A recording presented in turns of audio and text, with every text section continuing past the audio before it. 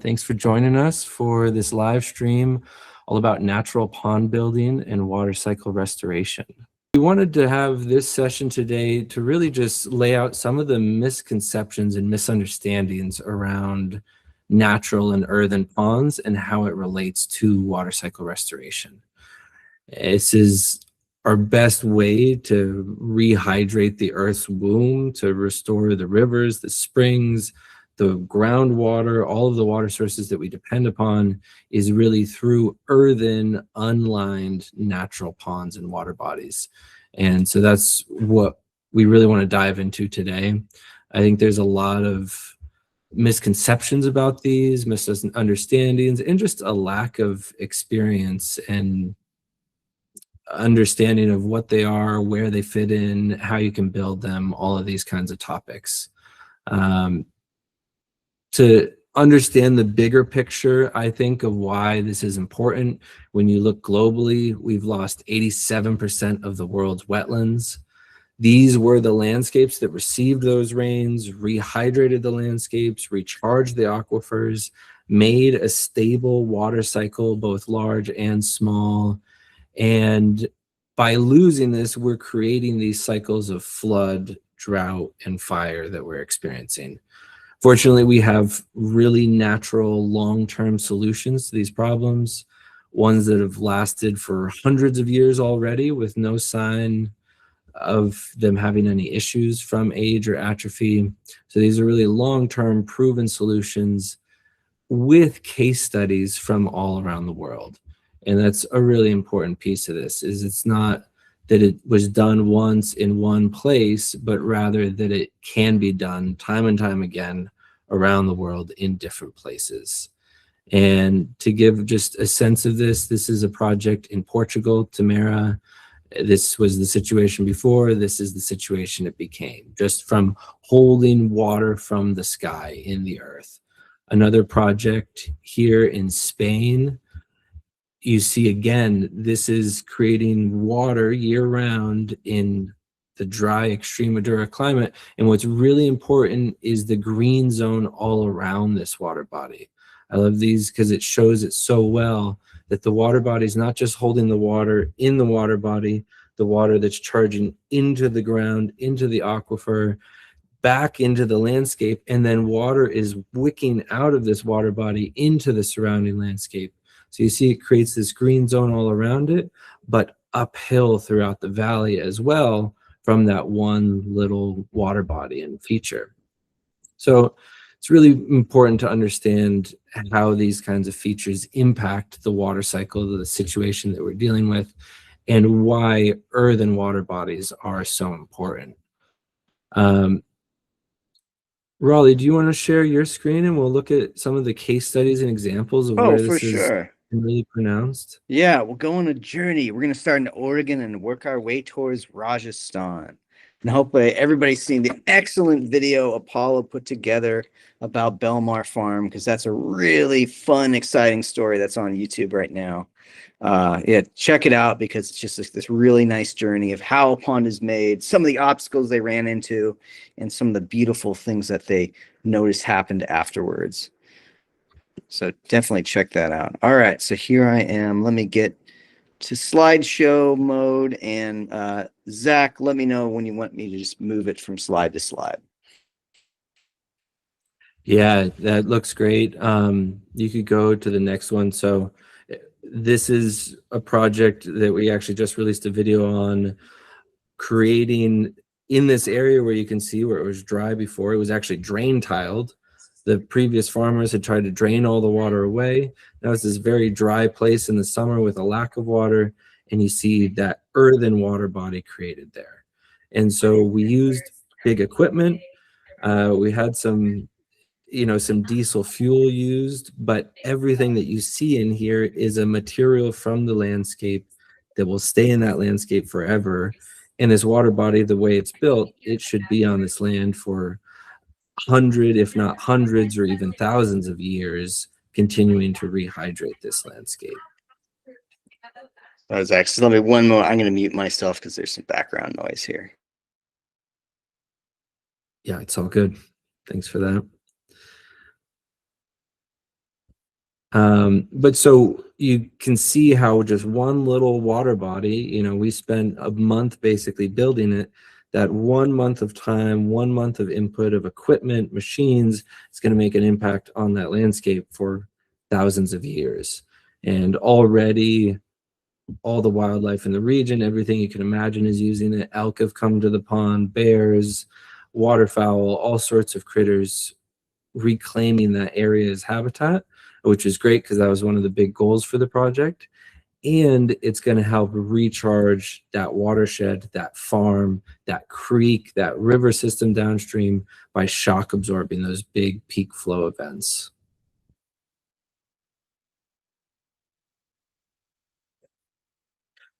And so when you're creating a natural earthen pond, it's really important to understand the landscape that you're working in, to know beforehand through exploration whether it's even a suitable site for the pond, because you need both a catchment area, the right land shape, and the right composition of the land, all of those things together to really make for a good pond site. And you can go to the next slide, Raleigh. And so this key of the water body is a really important piece, especially in terms of water cycle restoration, because with this, you're actually working with the flows within the earth, with the acupuncture points of the earth, where you have the right combination of underground hydrology and geology to make an impermeable layer on the downstream side that then catches that water, stores it in the landscape, and lets it return into the womb of the earth.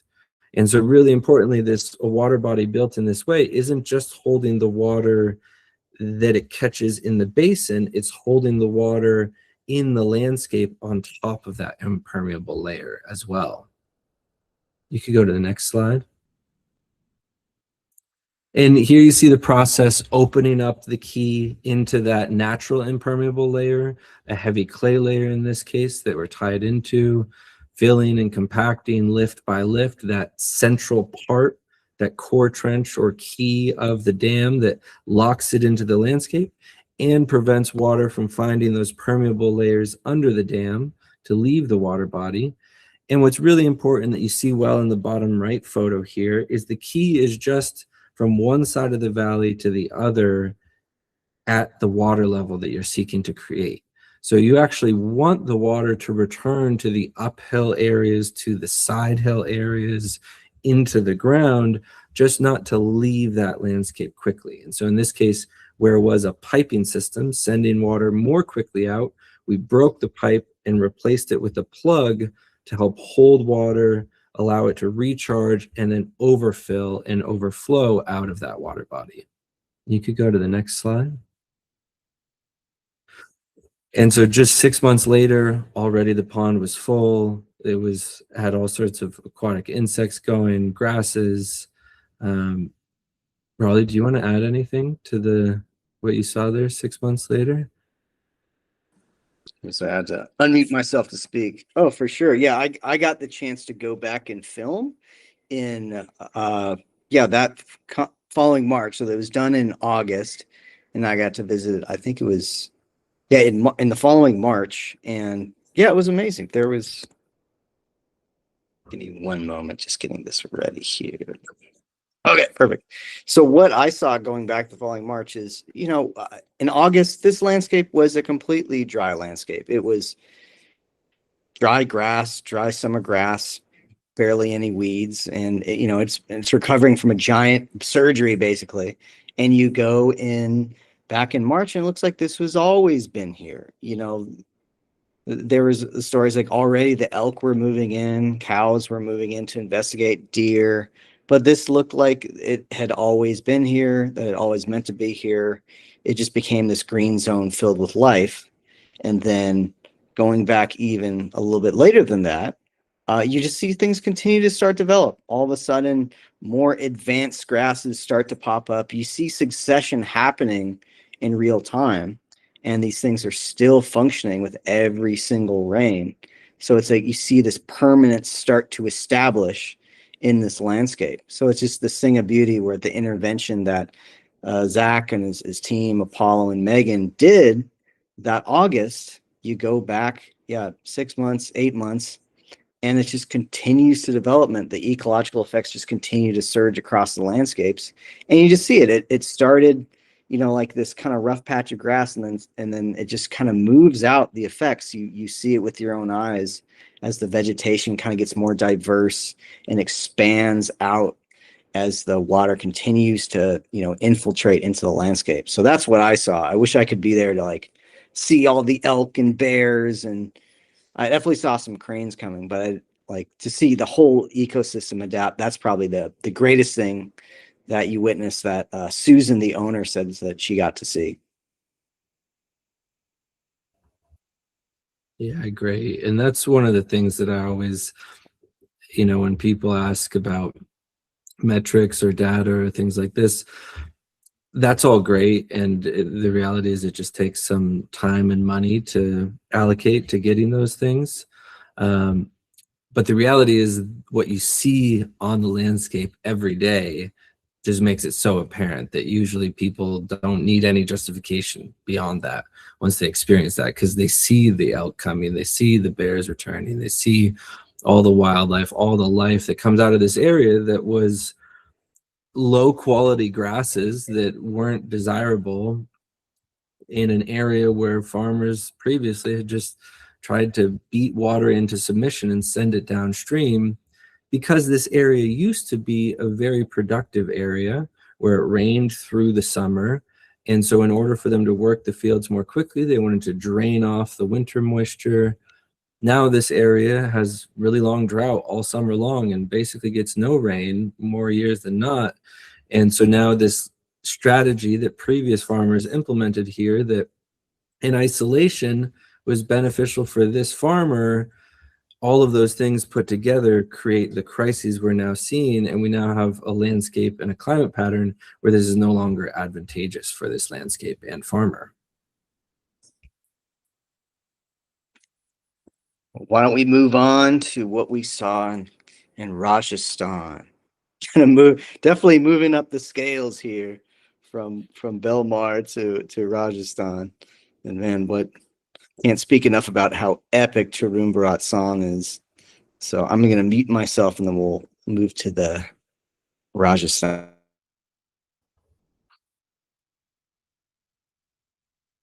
Awesome. Yeah, it was so inspiring to see what they've done in India. I mean, I was there in 2019 for a couple of days. That was inspiring, but just getting so much time to travel throughout and really start to understand in a more meaningful way what they're doing and how they're doing it.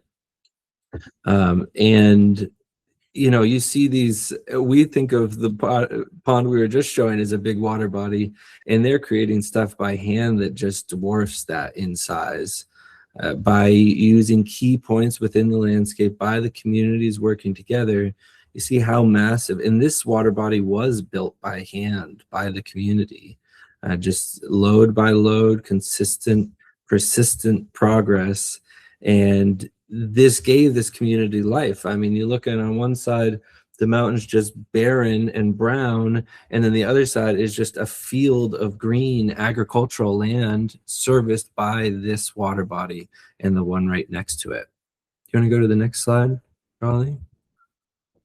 And really amazing to see how here the earthen features are very important, even necessary in their planning what type of feature they're going to create or what type of benefit it will create by the geology in the ground.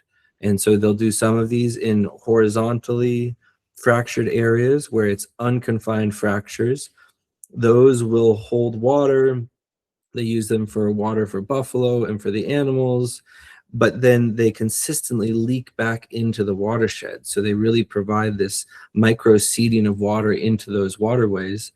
Then they also do other water bodies in vertically fractured areas where they're really trying to fill up the groundwater that they're going to then use for drinking. And so based on how far the water is going, they know whether to have animals around it or not. based on the geology in the ground. They're understanding what type of benefits a feature is going to have and how to create it. And you just see flowing rivers year round as a result of all of these earthen water bodies spread out throughout these different catchments. One river, the Sarni River, was dry for 4 decades before they did this work. Over a decade or so, they built 400 different structures, mostly earthen water bodies throughout the higher catchment area. And now this river flows year round and is beautiful throughout the year. And you could go to the next slide, Raleigh. And this one's really interesting because it's super high in the landscape. And you can see the forest that was up here that got flooded by this water body. And this was deliberately to recharge that watershed and restore the flow of that waterway. So this feature is actually too far away to use for agricultural purposes, but it was just done to benefit the landscape where the people are then living downstream. And this was an area that, you know, was habitat for lawless bandits. It was quite a dangerous area to go or to spend time. And now this area provides water and habitat for the wildlife of the region, in addition to providing the community downstream with a balanced, steady, year-round flowing waterway as a result of this big feature up higher in the watershed. Here's another one. This was a really interesting area where this is an area where they would send people to die, basically, because the groundwater is poisonous here. And back in the times, you couldn't kill your brother if you wanted to take over the throne, so you just banished him to this area of the yellow water, was what it was. And so the people living in this community would try and bathe as little as possible because the water would cause issues on their skin. They had no water for agriculture, really struggling. They built this water body with the help of Tarun Bharat Sangh, and now this community is a thriving agricultural community. This water is now their drinking water, and because the groundwater is contaminated, they're collecting the surface water in these water bodies to use for their household needs, their drinking, their agriculture, their animals, all their daily usages. And now you see a healthy, thriving community in this area that used to be where they would banish people to, essentially. This is looking again at one of the first water bodies that we looked at. This is again done by hand, 2 water bodies right next to each other, because as they're building these features with earth, they're really working to keep the pressure on the features lower, to distribute the force, the risk, the energy of the water, so that they can work with these simple earthen structures built by hand. So whereas an engineer would look at this and say, why would you build 2? Just build one big water body. That would put more pressure at the dam, put the risk more at dam of failure. And you see here how actually the dam is covered with trees, which is typically a no-no, but this is a different type of system than we're used to with our engineering systems. We're used to just overcoming nature with force, and this is instead really working with softer forces, consistent forces, so that rather than a big, deep water body that puts a lot of pressure on the dam, and that dam would be hard to compact enough by hand with what these people have available, they're making large, shallow water bodies that recharge the ground so that their small earthen dams, compacted by hand and reinforced with trees, can take that pressure that the water is providing and not have any issues. Here was an area, again, even deeper into the Bandit region. There's actually Bollywood films about this region. I mean, it's quite notorious for how dangerous it was. And it really stuck with me how Rajendra shared these places used to just take, and now they're giving. If we went to these places before, we would have been robbed. They would have taken anything that we wanted. And now they were offering tea. They were giving us food. They were giving us water. And you see here how it's a lot of different water bodies spread throughout this catchment area. So it's a decentralized solution not a centralized solution. And here you see the rivers flowing downstream as a result of all of these small earthen water bodies are recharging that groundwater. You think on average, a river is about 50% groundwater coming into that river. So it's all of the waters going into the ground. You look at a place like Colorado, the average snowflake spends 5 to 10 years moving through the earth before it comes out in the river. And so how much we can optimize this process to let water slowly stay, rest, go into the ground, recharge the water sources that then flow in our springs, streams, and rivers, the more that we have these healthy systems downstream.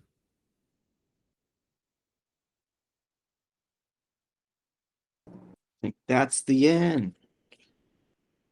Good retrospective. One cool thing to add, I wonder if I should show this. I just wanted to point out, let me do a quick share here. Pointing out this one. The landscape, the first slide, you see that little volcano up at the top, that little hill? That's up the hill from these two ponds. So you see that really massive pond that the community made at the very highest point of the watershed. That feeds these two ponds downstream. So it's this really cool cascade from the top of the watershed downwards that you just see with your own eyes, and you see the payoff in the farm landscapes that happen down in the valley. That's the one little thing I wanted to add that I thought was really cool. Definitely. And that there are these beautiful interlinked systems. They're not just isolated, oh, I need water here. They're really reading the landscape, understanding the landscape with simple strategies to then implement things in the right areas within the landscape for the whole landscape to benefit. And that's a really important piece of this. And so those examples that we're just showing, thanks so much for those visuals, Raleigh. Super nice to see. Those areas, they've revived 9 rivers to perennial flow. They've rejuvenated and positively impacted 23 rivers. They've impacted tens of thousands of square kilometers of land that are now green, and people have water, causing the reverse migration. I mean, really incredible, the results of just these simple water bodies built by hand with natural earthen materials. And so that brings us to our first big point of contention here, or topic to think about and explore, is, sometimes I'll see people talk about natural ponds and they're using a liner. And just to be clear, from my perspective, there is nothing natural about having a liner pond. And it's really important to understand the difference between an earthen water body that stores water and allows it to return into the earth's womb, how different that is from a lined plastic water body in a bunch of different ways. The water body itself is much different. It doesn't have the biological connectivity, all the surface area for all the bacteria that filter and clean the water. So it's actually much harder to keep a good quality of water in a liner water body. But then there's none of that recharge impact, which is, from my perspective, the main reason to create water bodies, is to store that water when it's excessive, allow it to enter into the earth. And in India, they have this motto that really nicely summarizes it, that where water runs, help it to walk; where it walks, help it to crawl; and where it crawls, give it rest and give it pause and allow it to enter into the womb of the earth. And that's really what we're looking to do. So as soon as you get a liner involved, you're severing that connection with the earth, and you're no longer going to have those positive impacts. I see a lot of situations where, yeah, Apollo, jump in there. I just thought it was going to be a great visual that if I share this real quick of one of our animations that just really highlight this in a real big way with our water bank animation. And if you can see here, if you had a liner, this would not be possible, and you wouldn't be recharging your groundwater or your aquifer. And it's a really big component to it all. And I just wanted to paint the picture here real quick. Awesome. Thanks so much for that. That just, yeah, groundwater, I think, is the neglected mega crisis of our times because it's invisible, it's underground, it's mostly unobserved, unrecorded, unmonitored. And, you know, now that they're starting to monitor it, it's pretty concerning, to be frank.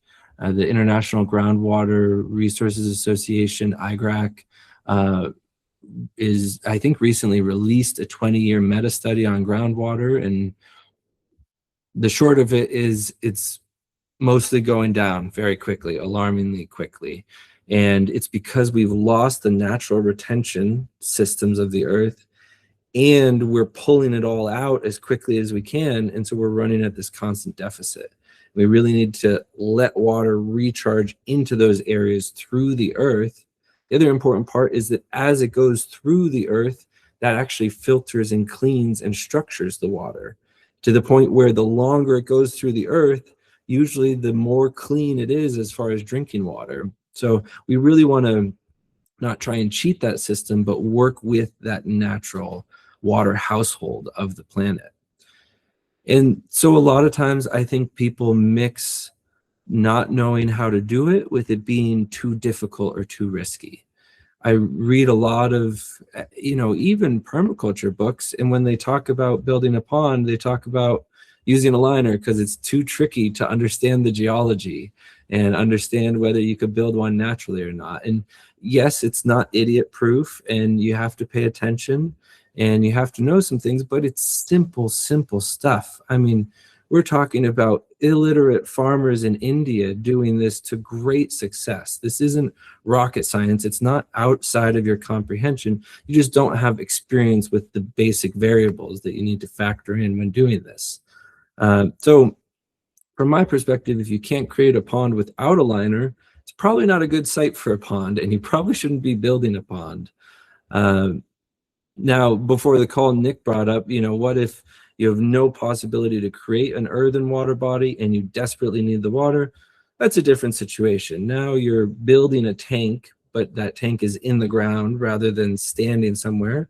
And that's fine. That is a solution for water, but it's not a solution to restore the water cycle. It is strictly an agricultural irrigation kind of solution. So there's situations where a liner might be needed, but by and large, I really want to consider, is this actually a good area for a pond if I'm in a situation where I can't build an earthen water body without a liner? And then there's just the reality of the lifespan of these features. If you build a pond with a liner, in the best case scenario, it's going to last 25 years, about the warranty period of the liner, and then it's going to fail and you're going to have to redo the whole thing. Whereas with an earthen water body, if you build it right, it's going to last until the next ice age or until it fills with sediment, whichever happens first. So we saw, Raleigh's been working on a great film that we'll be releasing this spring. Some projects in the Czech Republic built 500 to 800 years ago, earth moved by people's hand and carts and horses, still holding up and working beautifully to this day, and even providing flood mitigation downstream. And so one piece I think we have to really think about is normalizing ephemerality. And that might be a new term for some people, but that is how much a water body comes or goes. You know, a very ephemeral water body would fill up at times and be totally dry at times. A perennial water body would be full all the time.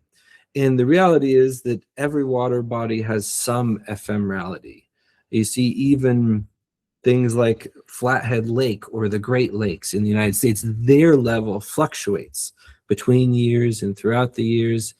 And so in a lot of senses, we have a misconception from these I'd call them vanity projects. They can be very pretty koi ponds, but basically little lined ponds that simulate a pond, but aren't tied into the landscape. We think that are having water added to them to top them up all the time, and we think that that's what a pond should be, when that's just not practical in terms of a feature that's actually working with the earth and recharging the earth. And what's much more normal is that the water body is full at peak flow times, and it comes down in the dry times, depending on how long those dry times persist. And what's really important is when a water body's full, it doesn't have any room to store water. So in terms of providing flood mitigation, it's only the ephemeral water bodies that really provide a lot of flood mitigation, because the levels have gone down, they're able to receive those flood waters. And so when we start talking about balancing out the hydrograph of an area, that starts to become really important, that these water bodies are actually changing over the course of the year.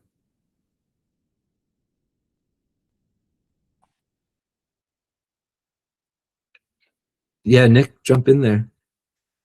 I think this is one of the kind of crucial points also what I really got through doing the water stories course a few years ago is like this appreciation for just getting water into the ground and infiltrating it.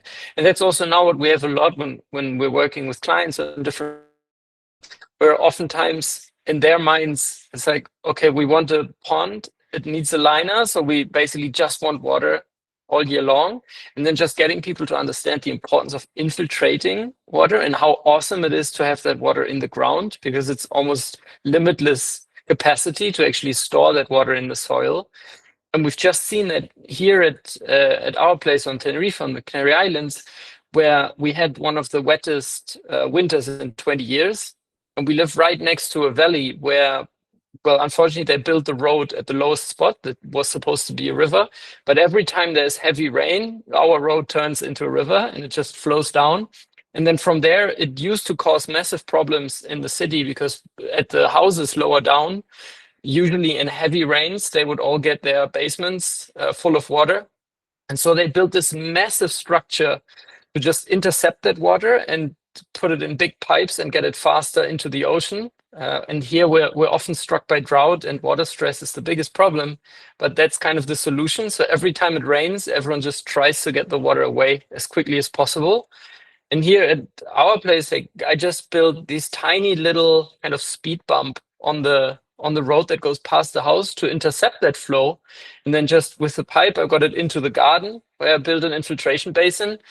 And this time when it was raining so heavily, it was so nice to see the amount of water that was just going into the garden and infiltrating. And I think there, just in, I think 1 weekend, I could infiltrate between like 20 to 50,000 liters just into the garden that are now available for the roots to suck up during the next month. And, you know, without this little tiny intervention and digging by hand, that water would have just gone down the drain.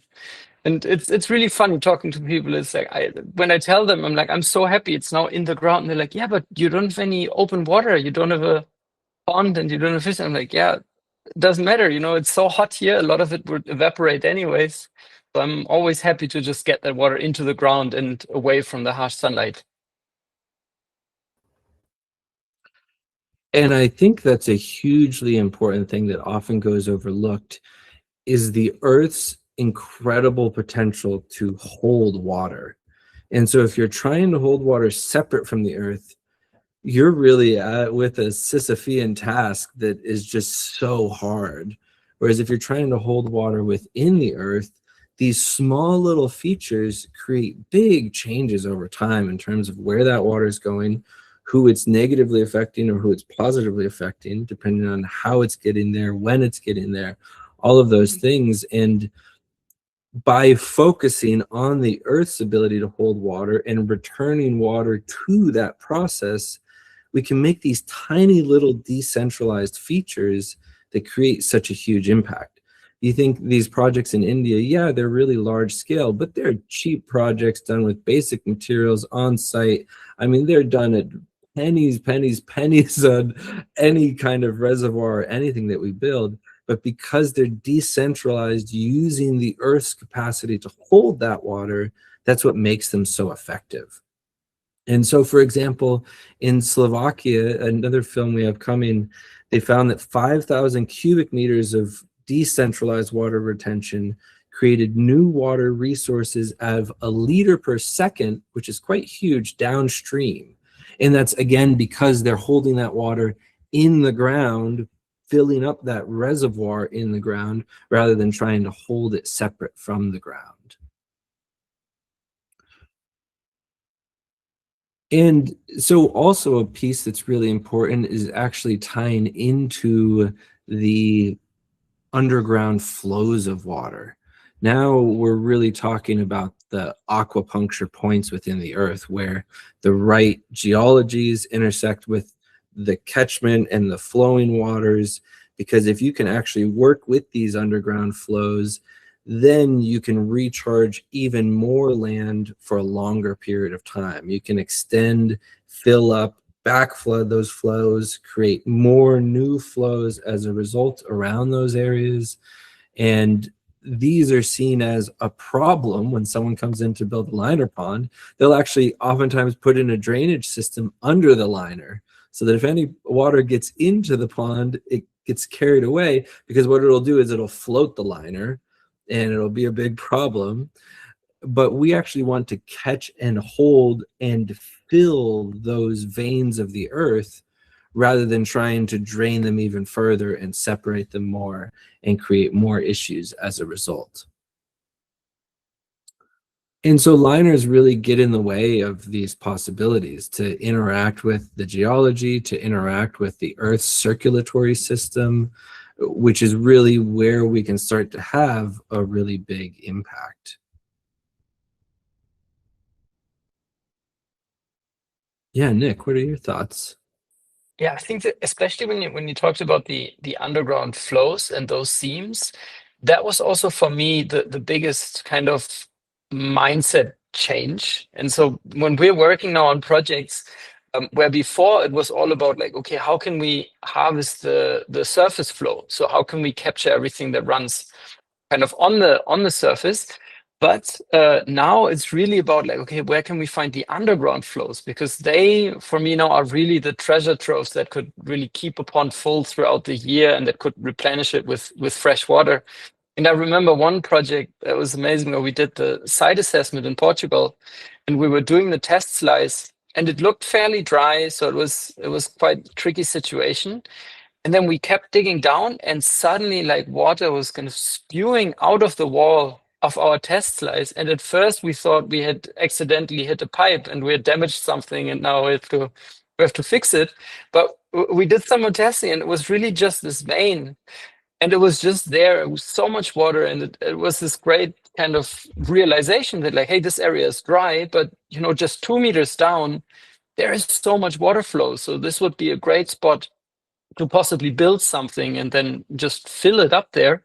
And we actually did some more testing, and then we saw like the signs were all there because we could follow this vein, and there were fig trees growing pretty much perfectly along this line where the water was flowing below the surface. And we even found some spots that had rushes growing. And so it was kind of all the indicator plants that we often look for in the landscape. They were all there. And now it's really just treasure hunting. So I think this is my favorite part of the job, is like really treasure hunting in the environment and seeing like, okay, where are those underground flows? How can we work with them? And how can we use them to actually rehydrate even larger areas? And it's, I think, one of the most addictive things when you get into this line of work. It's just, yeah, it's impossible to not get excited about that. Beautiful. Yeah, and I just love all this content that we have, like these animations and visuals. I yet again want to show another animation that really just pictures this really well.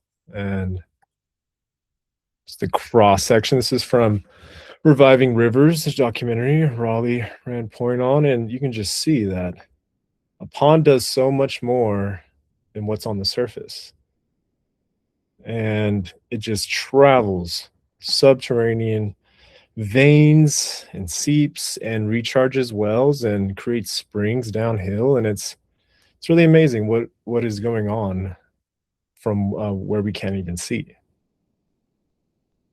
That was one really cool thing in Rajasthan about so many of these massive earthen dams where, you know, you'll see it kind of after a wet season, it's still high, but still because it's captured so much in the subterranean layer that they said like even if there's no rain for 3 years and these ponds kind of go dry on the surface, it still has enough water in the aquifer and the underground layers to still supply, you know, like groundwater pumping in wells for 3 years if there's no rain. It just, yeah, it just really helped me understand that. Like, oh wow, you can. It's like filling out this giant underground sponge. It's not just the pond on the surface layer. It's filling up the entire sponge under the surface. Like that's another huge functions these earthen dams have. Yeah, and that's it's, you know, what's unseen and I think so often unappreciated because it's in the ground. Thanks for sharing that visual, Paula. I think that really gives you an idea too for whatever water is held at the surface. An earthen water body tied into the ground in the right ways, that's just a tiny little proportion of the water that water body is actually creating in the ground, that benefits that ecosystem, that benefits that landscape, that benefits that farmer, all of those things. And it's where, you know, I really can't get my mind around how anyone does any kind of landscape plan without doing test slices to understand the geology and where water's moving through a landscape and how they can survey a landscape without walking that landscape. I was recently on a call with a potential client and they were surprised by how little mapping and stuff I did beforehand.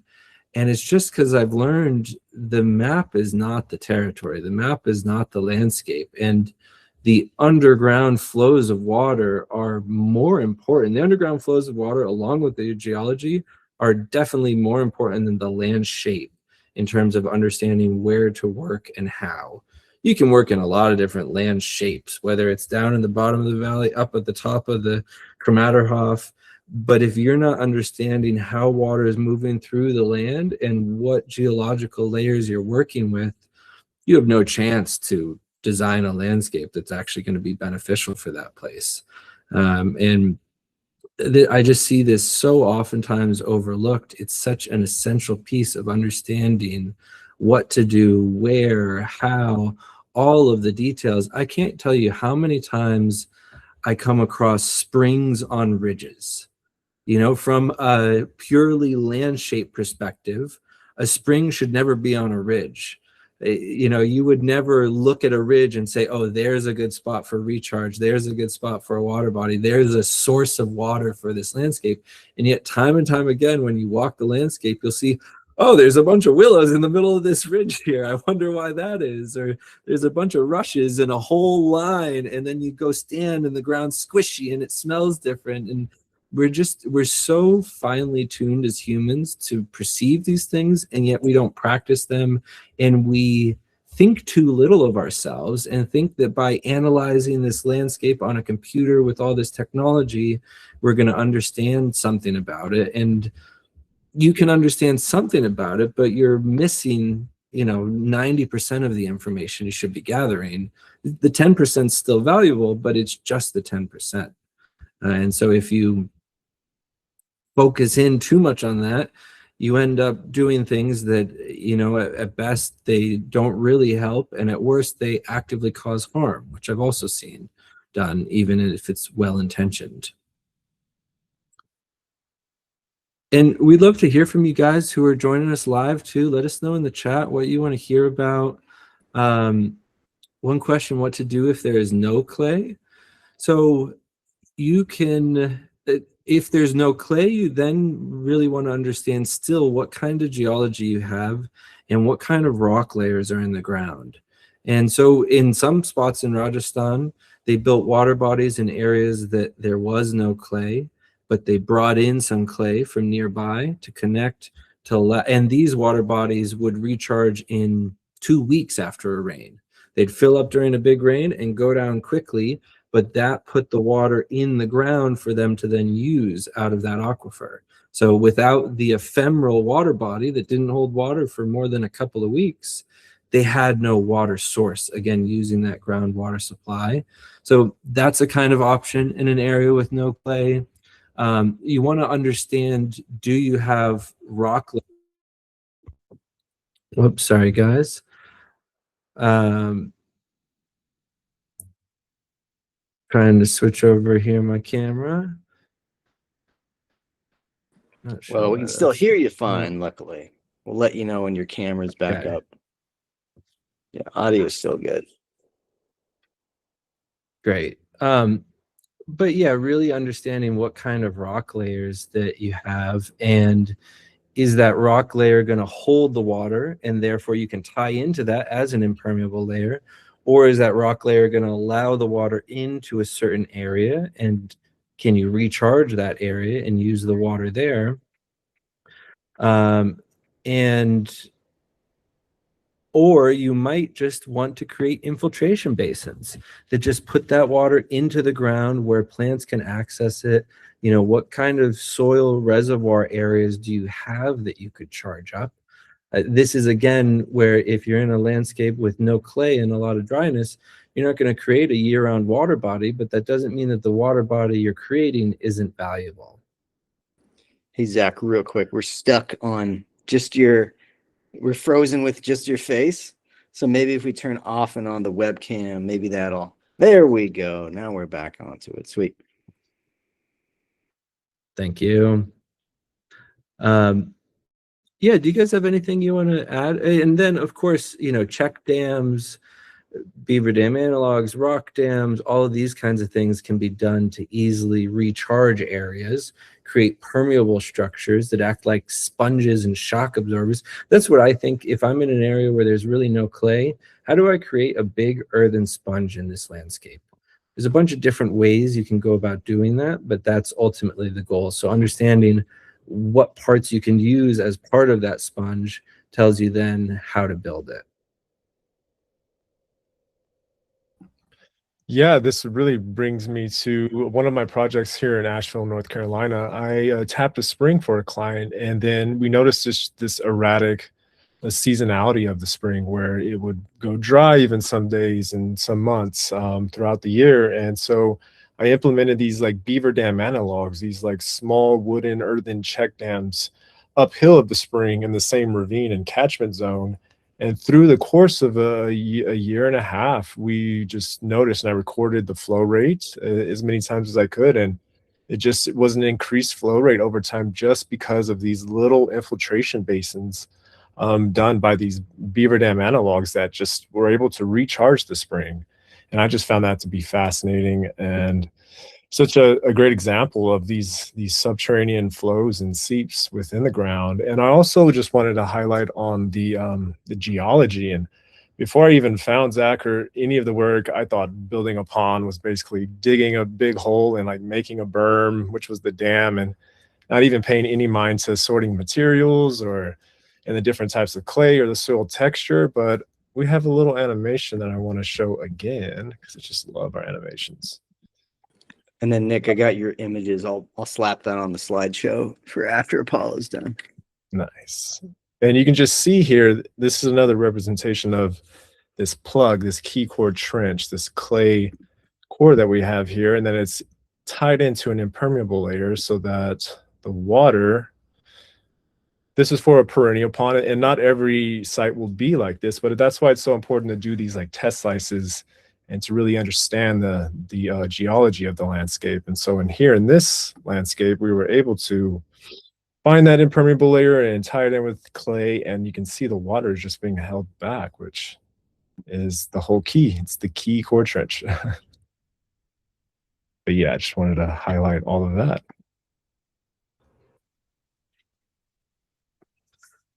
Thanks for that, Apollo. Raleigh, do you want to show Nick's images? Should I pull those up? I'm popping those up on the Google Meet here. Give me one moment. Or I got them ready to go. I got them ready to go? Okay, well. Yeah. I was like, you beat me to it. Okay, all good. Yeah, this is just related to the question that was just asked about like what to do when there's not a lot of clay. So this is one of the projects that we worked on in Spain in a pretty dry area. And there we were doing our test slices, and we just didn't find the kind of clay that we would need to build something that actually holds water a long time. And also there's lots and lots of rocks in that area. So it's kind of more rocks than soil. And so in this situation, what we decided is also, okay, we want to make sure that when it rains and when it rains heavily, that we can infiltrate as much as possible of that water. So we just wanted to keep it out of the drains, so to say, because you can see there in the back there, what used to be a river, but now, they've kind of changed it and just turned it into like a draining channel. So it's really sad. The whole landscape was kind of remodeled to just get water away as quickly as possible. And so there we decided, okay, let's build something that when it rains, it gets that water into the ground. I think on the next picture, you can see it a little bit clearer. And there also you can see in the shape what we wanted to do is build something that almost disappears in the landscape. So we try to build something that doesn't have a big of a kind of a dam of a wall that really shows up in the landscape. So it was really a gentle reshaping where we keyed it in a little bit, but basically just making sure that water gets into one point so that their vegetation has a little bit more chance to get established in these harsh summers. And then on the last picture, you can also see one of the terraces that we built there. And so we only had this small area to work with. And what we did is from higher up, we actually built a series of, we have 3 terraces that are basically going in alternating kind of directions with the 1% decline. So water starts at the top of the landscape, and then it very gently flows one way. There, when it's full, it infiltrates into a small basin. When that's full, it flows back, and then at the very end, it ends up in that infiltration basin that we've seen in the other pictures. And this is also an approach because we kind of knew, okay, we don't have the right conditions to build something that holds water throughout the whole year. So let's just make sure that when it rains, we get that water flowing through the landscape. We can infiltrate as much as possible and just kind of create the chance for succession, create the chance for nature to just give it a little bit more support in those harsh Spanish summers that we're likely going to see, just in a few months from now.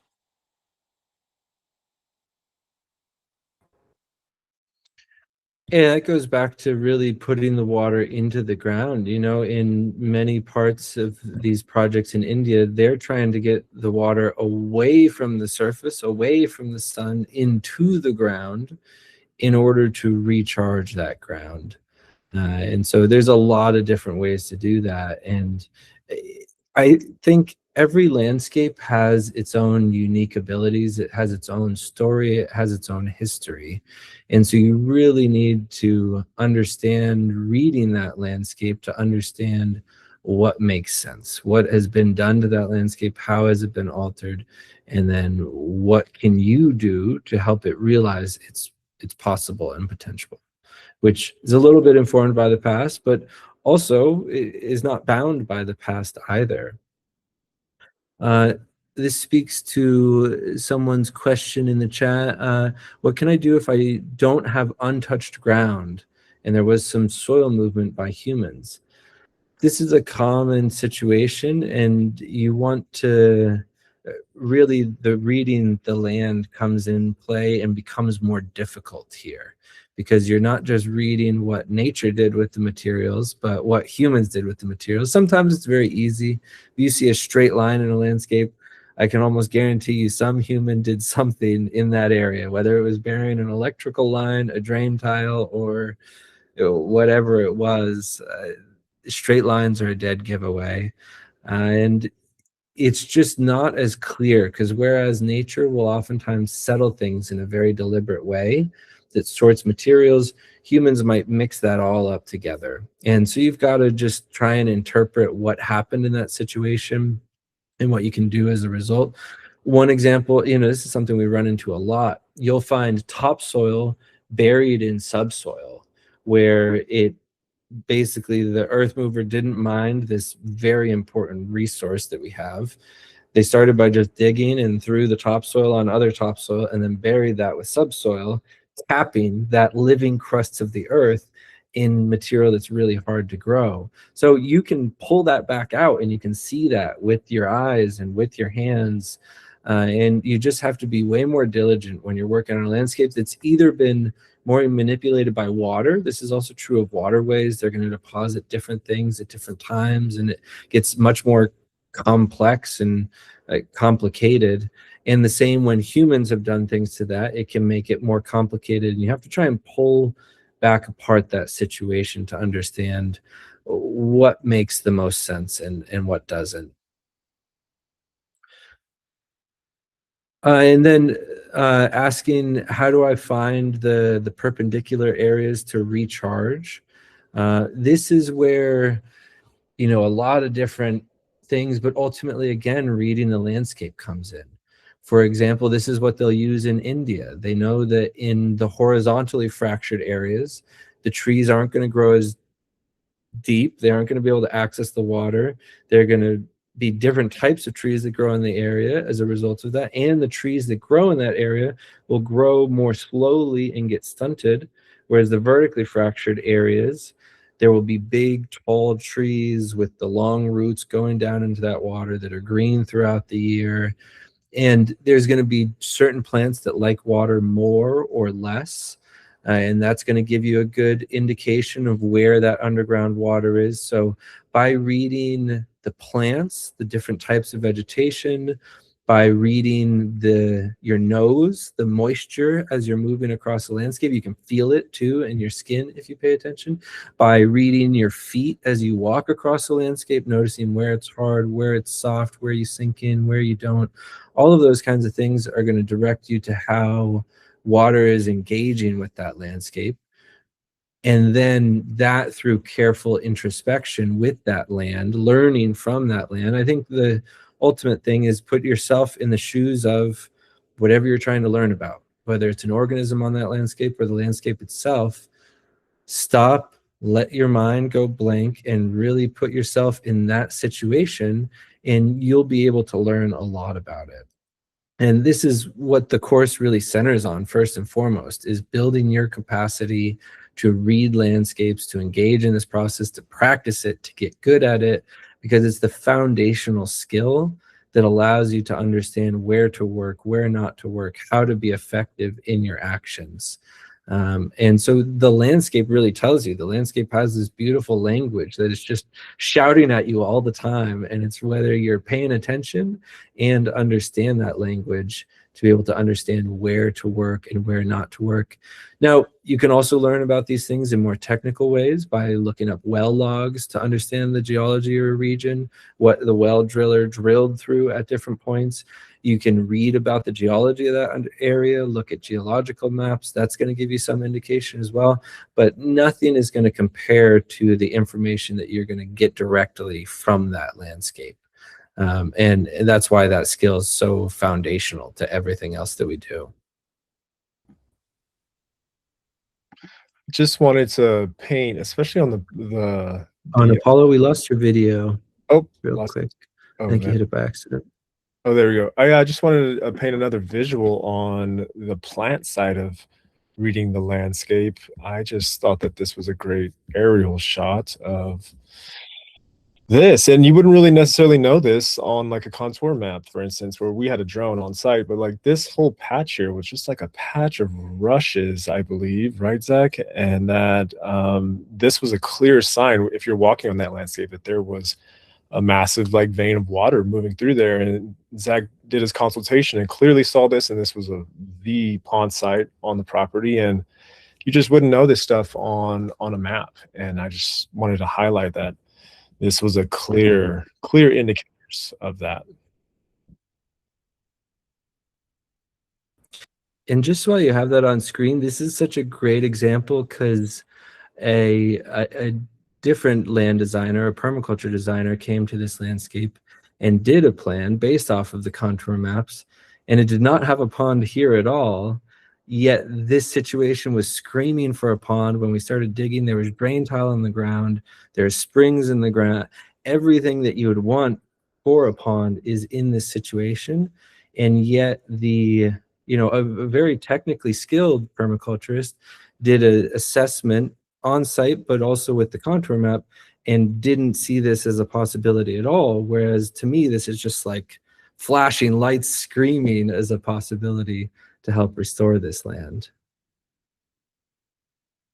Yeah, I think just to build on that point, that also is one of my favorite things to do in the landscape, because I do a lot of analysis as well with maps, with topographic, with LiDAR data, and just seeing how big are the catchments, where is water kind of supposed to flow, just looking at topography, like what makes sense.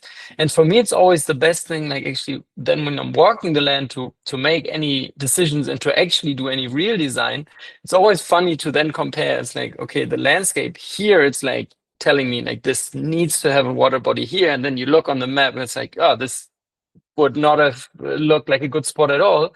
And then sometimes on the map where I'm looking on it and I'm like, okay, that must be the perfect spot to build something, and then I'm going there and it just all looks bone dry and like nothing says water and nothing kind of pops out to be a good spot. And for me, I think this was the biggest learning when I did the course a few years ago. It's now I don't do any design without being there. I always tell people like, hey, sorry, I can draw you the prettiest PDF if you want. But you'd rather like save that money and we just go out there and we see what actually makes sense in the landscape. And it's so funny how much a landscape can tell you without even looking at the map. And then we just use the maps to see, okay, how big is the catchment? You know, how big do we have to build our spillways for those more like safety and technical considerations. But yeah, you just go out there and it's incredible. I would warn though, so I would highly warn against the course for anyone, because once you see these things, like you cannot go into nature anymore without noticing. It's like all the erosion signs, all the plants, all that, and you might become a bit annoying. I always hear that from friends when we're hiking or when we're doing anything, and the whole time I'm just talking about like all the water signs. And my partner, it's so funny, like when we're together now, she's always like, look, there's a sign of erosion here, and we have some sedimentation here, and oh, there's this plant, so there's probably a water flow here. So yeah, it's impossible to unsee it once you start seeing those things. And once you start practicing the skills, it just becomes easier and easier and quicker, and you can't help but see it, like you're saying. You know, it's something every single one of us can do so well and so easily if we just engage our brains in the process of doing that. And it's such a great point. You know, I actually spend deliberately little time beforehand looking at maps and looking at soils data, because I found it in many cases to be more misleading than helpful, because I'd get in my mind a certain preconceived notion about how, oh, this is a great spot for a water body because it looks like that on the map. And then you get on the land and you're already planning a water body there, and you can actually force one in a situation where it doesn't make sense at all. And so I found for my own process, it's better to go in as a blank slate, not have preconceived notions on that landscape about what goes where, but actually to receive the information that landscape's giving you and let that guide the process. Similarly with the test slices, I found, you know, you can pull up the USGS soils data for any one of these sites, and time again, I found it to be so inaccurate with what I found on the ground. And it's just a resolution issue. You know, what they have is a great resource if you're working on thousands of hectares at a time, but they do one sample per square mile and interpret everything in between. From doing these test slices for decades now, I can tell you 50 feet that way could be totally different, and 100 meters that way might be different again. And so to think that you're going to get fine resolution from such a coarse tool is just not accurate. And I find really let yourself be a vessel for the landscape to dream through, and then you're going to really find things that are in tune with that landscape. If you go in with this top-down domineering engineering mentality, you're going to force it into what you're trying to create, and that's not oftentimes helpful. In fact, that's the attitude that got us into the watershed death spiral that we're currently spinning down. And so it's really important to go at it with a different way. You know, there's kind of the the mental controlling approach, but then there's the practical yielding approach. And we need more and more of the practical yielding to what the landscape tells us, yielding to the information we're getting, yielding to the signs we can see very clearly from nature, and let that guide the process rather than our domineering, thinking of ourselves as separate from nature brain guiding that process. And another question in the chat here, our area has a perched water table of rock 500 centimeters down with Oxford clay on top. In heavy rains, it causes ephemeral ponds in awkward places. How do I track underground flows to divert it to a store? So this is part of why the groundwater is so unappreciated, is it is very difficult to track and understand where it's going. There's some modern technology that's very expensive that has mixed results. Mostly the ways that they learn about this is by putting radioactive markers in the water and then seeing where down watershed that radioactivity shows up, those radioactive isotopes.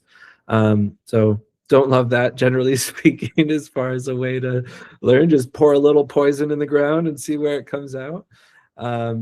And this is where, again, it goes back to what I was just speaking about as far as giving up a bit of control.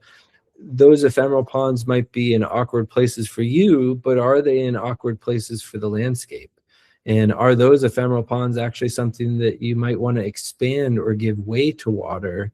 In so many ways, we've just taken space from water again and again and again. We've taken 87% of the space water was occupying on land previously. And so we've really got to find ways to give back. Now, that might be from some process that previous humans did. You might have to move some to enhance others. But generally, I'd start with the attitude that nature is right, and you need to figure out a way to work within what nature is doing rather than vice versa. Because nature is this perpetual force. It's this perpetual motion machine. And as soon as you start trying to work against it, you're engaging in a never-ending fight that you are never going to win. And as soon as you start working with that force, you push the ball a little bit this way and it just rolls downhill in that way. And so that's where you really have to, a lot of times, give up that control, change your perception around a landscape, what it is, where it fits within the watershed, to come up with a solution that's actually in alignment with that landscape. A similar topic, talking about Mark Shepard, restoration agriculture development, really uses a lot of swales on contour or 1% grades and pocket ponds. He focuses on moving water to ridges using many series of swales. Can you speak to Mark's design style? These I haven't seen firsthand myself, so I don't want to speak to Mark's strategy. The interactions I've had with him, I love. It seems like he's a great guy. I will speak more broadly to keyline design, which has informed a lot of Mark's strategies. Was a water management strategy that came from previous mining engineers in Australia as a way to put water under total control. And so from a base mission, as far as what keyline is trying to accomplish, I would say I disagree with most of that, if not all of that. We really don't seek to put water in control at all. I think that's how we got to the issue we're in watershed-wise, where we're trying to control water with levees and dams and push water out of areas and colonize water areas. So just from a very esoteric way, I'd say I don't really agree with that mission of keyline. And I think generally moving water from valley to ridge is, it's one of those things that I think so often people get crippled by their theory. They become theory cripples, as Sepp would call them, where theoretically moving water from valley to ridge makes a ton of sense, just theoretically. In practice, that poses a bunch of logistical issues and potential watershed issues for that watershed, both the one that you're taking water from and the one that you're delivering water to. You're then also usually displacing the force of water from where it has been previously to somewhere else. So you know, whereas a lot of people look at what I do and say, oh, that's a nice keyline design, I'm never thinking about it as sending water from valleys to ridges. I'm not thinking about key points or key lines or anything like that. The subsoiling plows in general, I think, can have some real benefit, but I don't think that's really what you're asking about here, or that Mark's doing so much of. Ultimately, if it's slowing down water and it's spreading it out and it's not causing negative impacts, I'm for it. We need to extend the path that water's taking. Where I generally have hesitation around keyline is the source of where it's from is kind of like mining theory applied to landscape hydrology, which nothing has screwed up the hydrology more than mining in the history of the planet. It's really interesting in India to understand how much of the desertification that happened was a result of the mining that was happening. Because you think when they open up these big mines, they tend to fill with water, and you have to drain that water out. And so just like all these animations that you're seeing, if you provide that new way out for water, you're not just draining the area of the mine, but you're draining the whole landscape around the mine as well, sending that water downstream more quickly. So there's been a lot of damage from that attitude around water, which I find concerning. And then a lot of times just taking a bunch of water from a valley to a ridge is going to cause a lot of erosion on that ridge, and it's going to dehydrate that valley. And more often than not, the water is going to deposit the good material to hold water in the valleys and carry it away from the ridges. So I think the biggest thing for me is that the only recipes when working with land is a recipe for disaster. And as soon as you start to try and develop a recipe around it, it's going to work great in some places and it's going to work horribly in others, and it's going to be indifferent in others. And that's where really letting the landscape guide the whole process. Like, I'd never go into a landscape thinking, okay, I'm going to take all the water from the valleys and put it on the ridges, because I know nothing about that landscape yet. So why would I go into it thinking what I'm doing already before I've even started to learn from that landscape? And yeah, I want to say also, just again, that anything that's recharging water is a good thing. And as long as you're being careful of where everything's going and how it's working. And so I'm all about results. And if someone can show me a 10, 20-year-old project that's really amazing from this style, great, I'm all for it. But I think we need to approach nature and the earth with humility and learn first, rather than come in with this domineering engineering mentality of making nature our bitch, as some people say.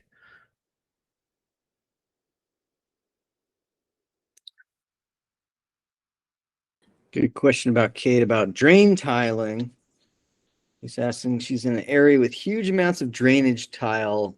Is it fighting an uphill battle to build ponds, or is it even more important? And probably an add-on question, what would you do to prevent, or to deal with drain tile if it's surrounding your property? Yeah, and Apollo, I think, just pulled up this project we just shared a video about. Actually is a place with drain tile, with a lot of drain tile in this region. So this is what we thought to do in that one specific area. I would say, undoing drain tile is a big thing. Learning how to work with more wet landscapes is a big thing. Sometimes concentrating the wet and concentrating the dry, rather than draining the whole landscape. Hold water somewhere to make the arable land that they're seeking to make, but rather than draining all the water out to do that, give up a little bit of land, still hold the water, but make some arable land as well. And so I would say they become even more important, because if you think now there's all this artificial drainage taking water out of that soil and sending it downstream.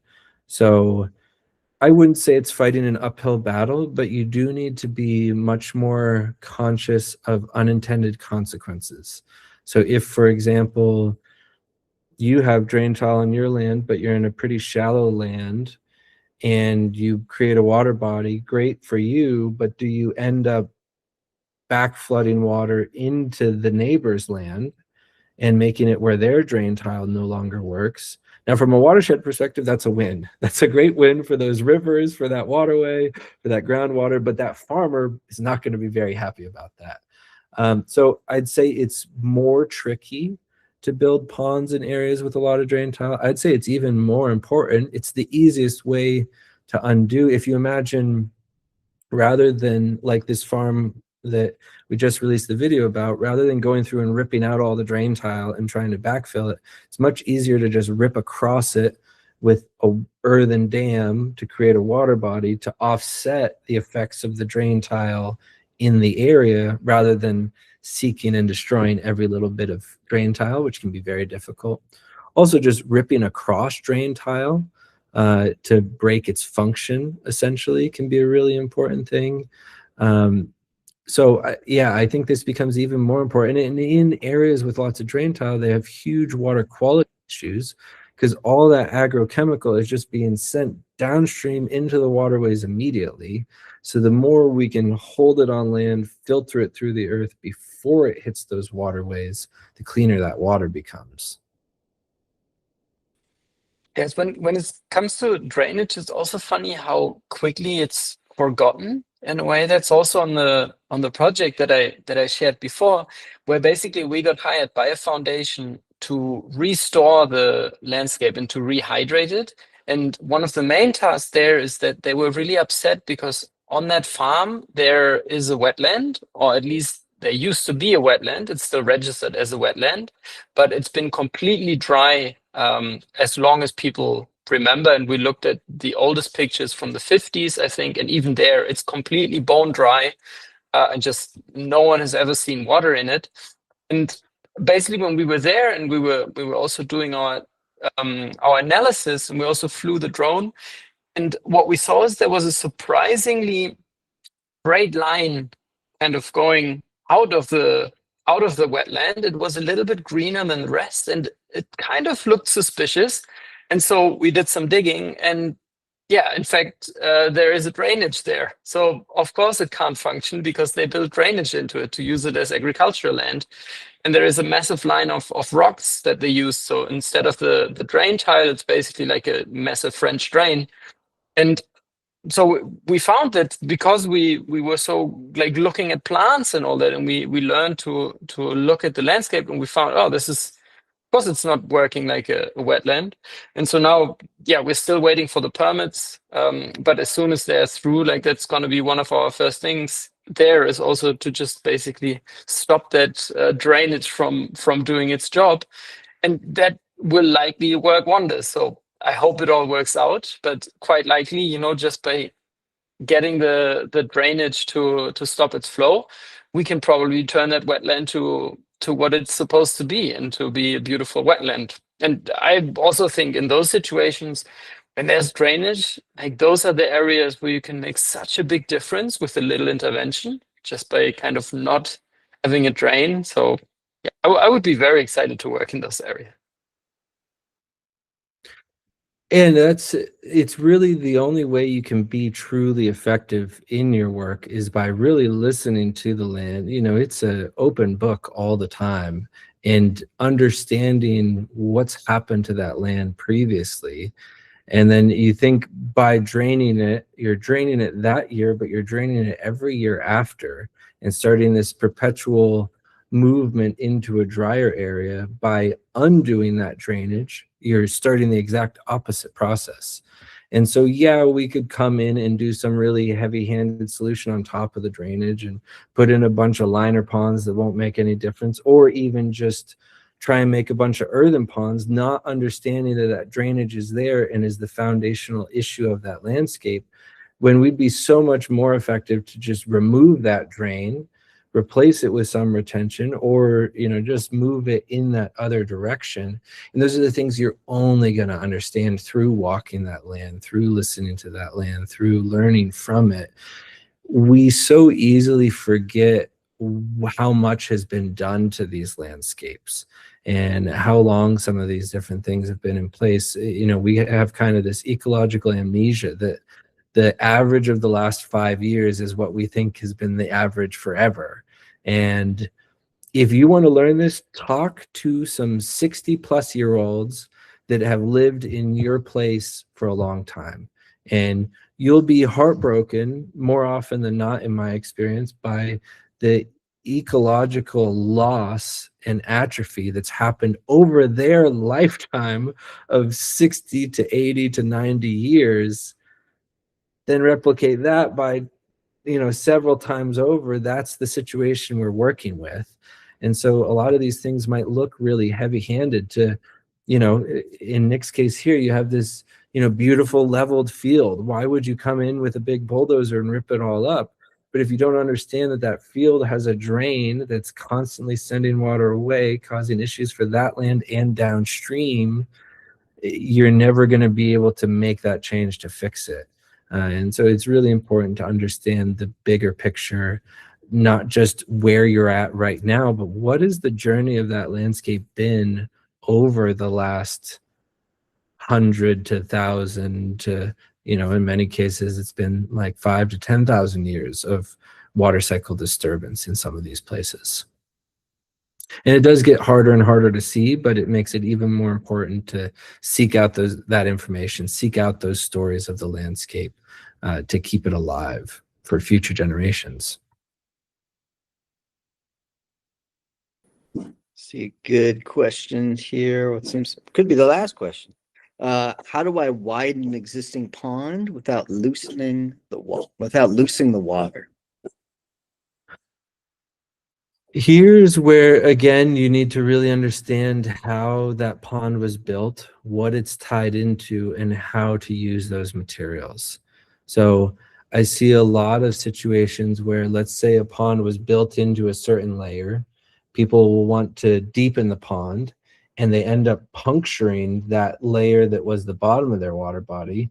And now their water body is infiltrating and recharging and not holding water.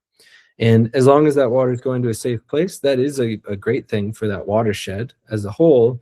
But for that person wanting to hold that water on their land, it's not necessarily what they're going for. And in fact, it's the opposite of what they were going for. They were imagining improving their pond, and they've actually made it worse in the process in terms of their results at the surface. So it is much harder to work on an existing pond because you don't know exactly what's been done. If you can talk to the people who built it, that would give you a lot of info as far as what the process was like and how reasonable it might be or not to expand the pond. By doing test slices around that area, you could understand what kind of material you'd have to work with and how likely you might be to cause an issue versus have a net benefit for that place. But there's no one-size-fits-all solution. It's really about understanding the clay within the soil, the layers within that section of ground, and how to reorient those. Or it might be a good solution as is, and you might have to just reorient your expectations. The outcome of that might be seeing, oh, they used all the clay in this area and there's nothing left. And so if I go and try and dig this deeper, the odds are I'm going to make the pond a lot leakier than it is now. Now, it might be bigger or wider, but you want to really match the pond to the spot. Every water body I build, the size of the pond, the shape, the location is all determined by the land and what fits into that land. So I'd really think about all of those things and carefully consider, if you need more water, it might be a better idea to build another pond than modify the existing one. Or the existing one might have a lot more potential that's just unrealized, but you need to let the specifics of that land tell you what it's offering.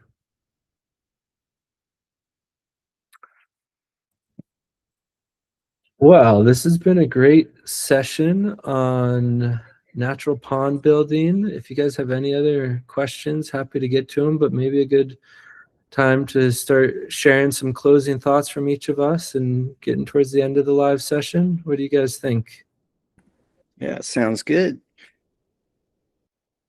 And anyone joining us here, today is the last day of our early spring deadline. So it's a great time to register for the course.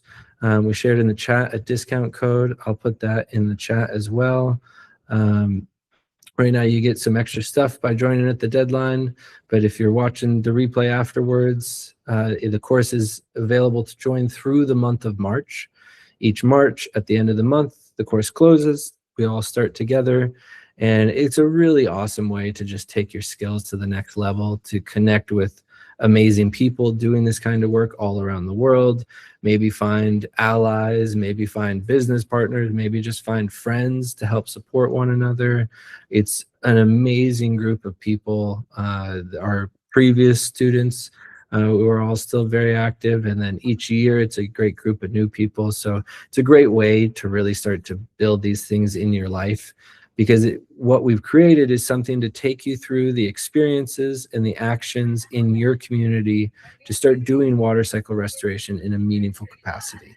Whether it's as a professional, a steward with your own project, or an advocate spreading this to your region, really prepares you with everything you need to activate yourself and your community towards a better common future. So it's a great time to join. I'm going to put the link in the chat one more time here and share the discount code. And yeah, do you guys want to share some closing thoughts on natural ponds and water cycle restoration?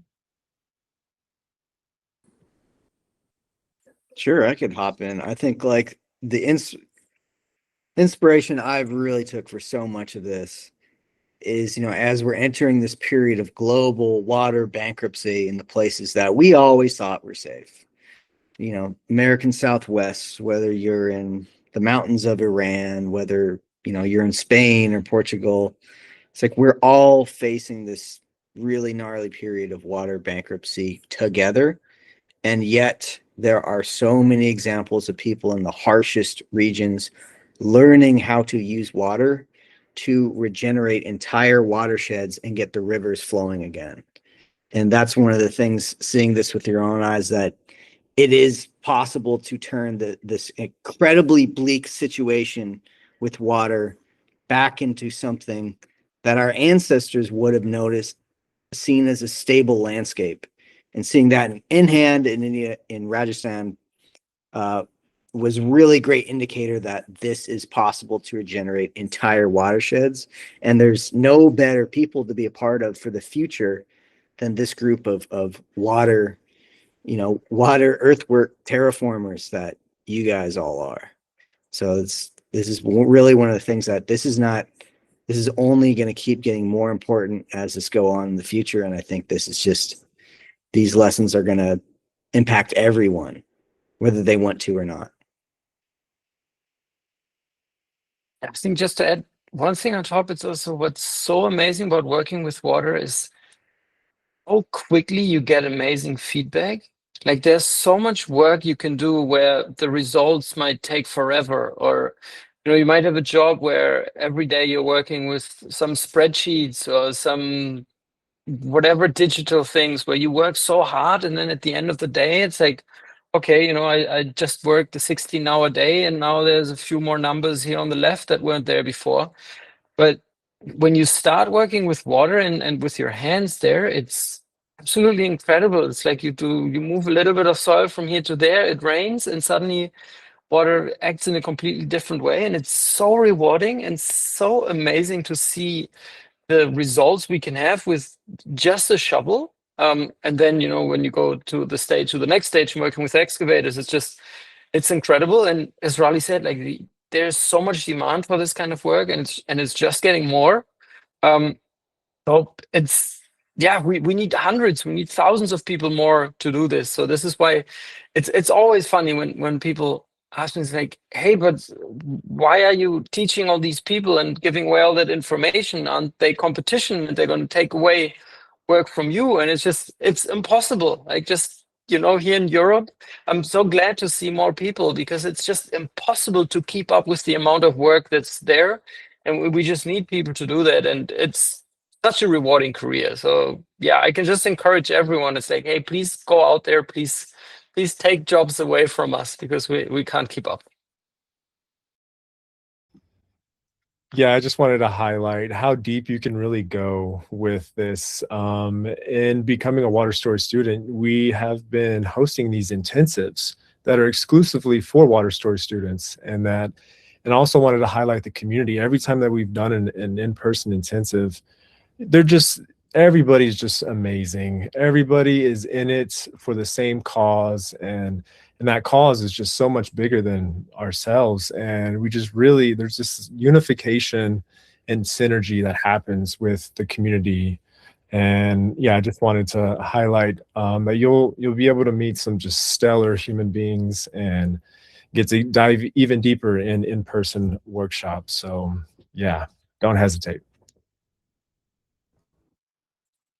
Yeah, that's a great point. We always say it amongst ourselves, and usually someone at the event actually says it at the closing of the event, that water stories people are the best people in the world. And it's just such an honor and treat to get to serve these people on a path to creating a better future. And they all just come with their best selves and are amazing people that are so caring and giving.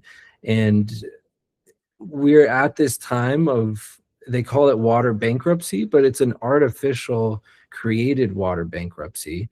And we can all play a role in restoring that balance of the account by putting water into the earth, recharging that groundwater. There is so much need for water work around the world. It is just crazy.